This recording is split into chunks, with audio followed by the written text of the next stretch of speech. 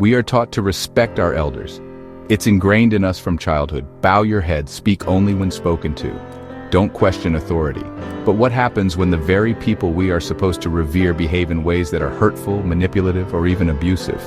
Toxic elders demand respect they haven't earned. They use their age and experience as weapons, wielding them to silence dissent and maintain control. They expect unwavering obedience regardless of their own actions. This dynamic can be incredibly damaging, particularly for young people trying to find their voice and establish healthy boundaries. Blind obedience is not respect, it is fear. True respect is earned through actions, through kindness, through empathy. When we teach our children to blindly respect all elders, we are doing them a disservice. Respect is important, but it should never come at the cost of one's dignity or well-being.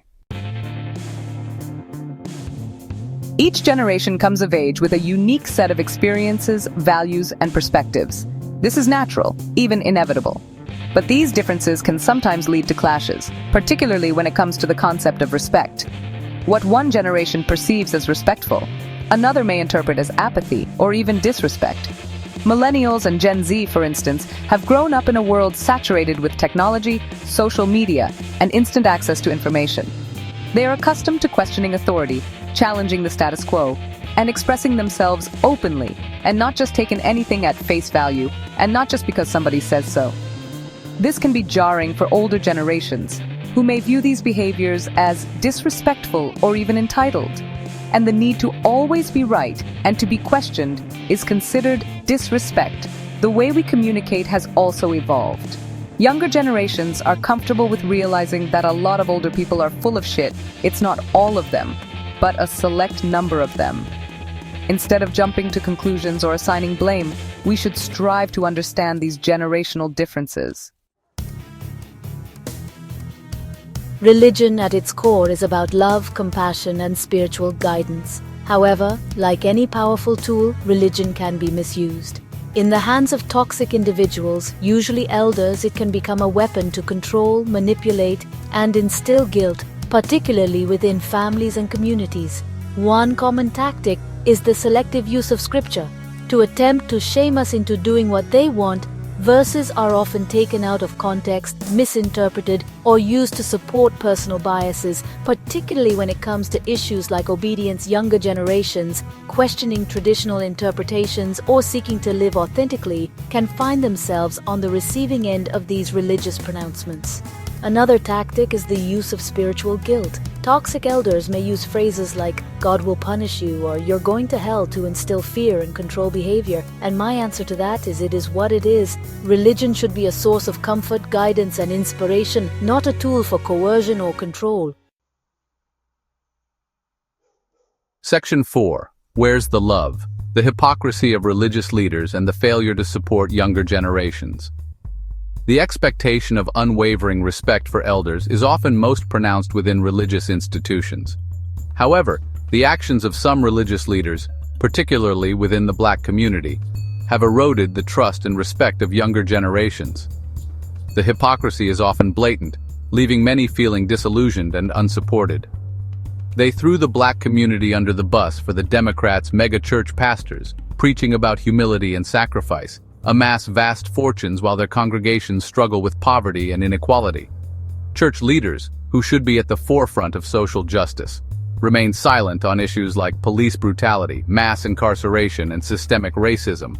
Instead, they just want to be buck-dancing coons. They prioritize maintaining the status quo over advocating for the needs and concerns of their younger members. This disconnect between words and actions is especially jarring for younger generations who are yearning for authenticity, social responsibility, and spiritual guidance. They see through the performative piety and the empty pronouncements. The church should be a sanctuary, a place of refuge, and a catalyst for positive change. But it's not. And now you see a lot of young black men and black men in general staying away from the church, like Philip Scott from the African Diaspora News Channel says that black church haven't been in our ally for some years now. Section 5. Broken promises, the fight for equality, and the absence of generational wealth. The civil rights movement was a testament to the courage, resilience, and unwavering commitment of black elders who fought tirelessly for equality and justice. Their sacrifices paved the way for future generations, but the fight is far from over. What the fight is over for them, they got what they wanted, which was to kiss ass for the PC people, while the younger generations are stuck trying to figure things out. They could have continued to keep businesses and obtain generational wealth so we wouldn't have to fight as hard as we do today. Systemic racism persists, economic disparities widen, and younger generations are left to grapple with the unfulfilled promises of the past. One of the most glaring examples of this disconnect is the lack of generational wealth within the Black community. Decades of discriminatory policies, from redlining to predatory lending practices, have created a massive wealth gap between Black and white Americans.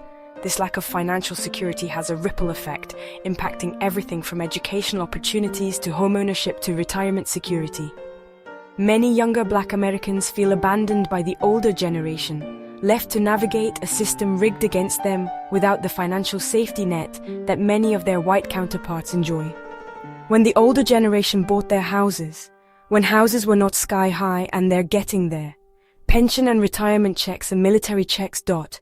So they're comfortable, and they don't care about what happens to us. They say we need to work harder. Most of us are working hard, can barely have a decent cost of living. The fight for equality must be an intergenerational effort. Section 6. Do as I say, not as I do. The hypocrisy of health advice from elders. The adage health is wealth is often repeated by elders, emphasizing the importance of taking care of one's physical and mental well-being. However, there's a frustrating disconnect when those same elders disregard their own advice, particularly when it comes to following medical recommendations. It's not uncommon for elders, especially within the Black community, to distrust doctors, rely on home remedies, or prioritize faith over medical intervention. While cultural beliefs and past experiences with healthcare systems play a role, this disregard for medical advice can have serious consequences, particularly when managing chronic conditions. Younger generations witnessing their elders suffer needlessly or refuse treatments that could improve their quality of life are left feeling frustrated and helpless.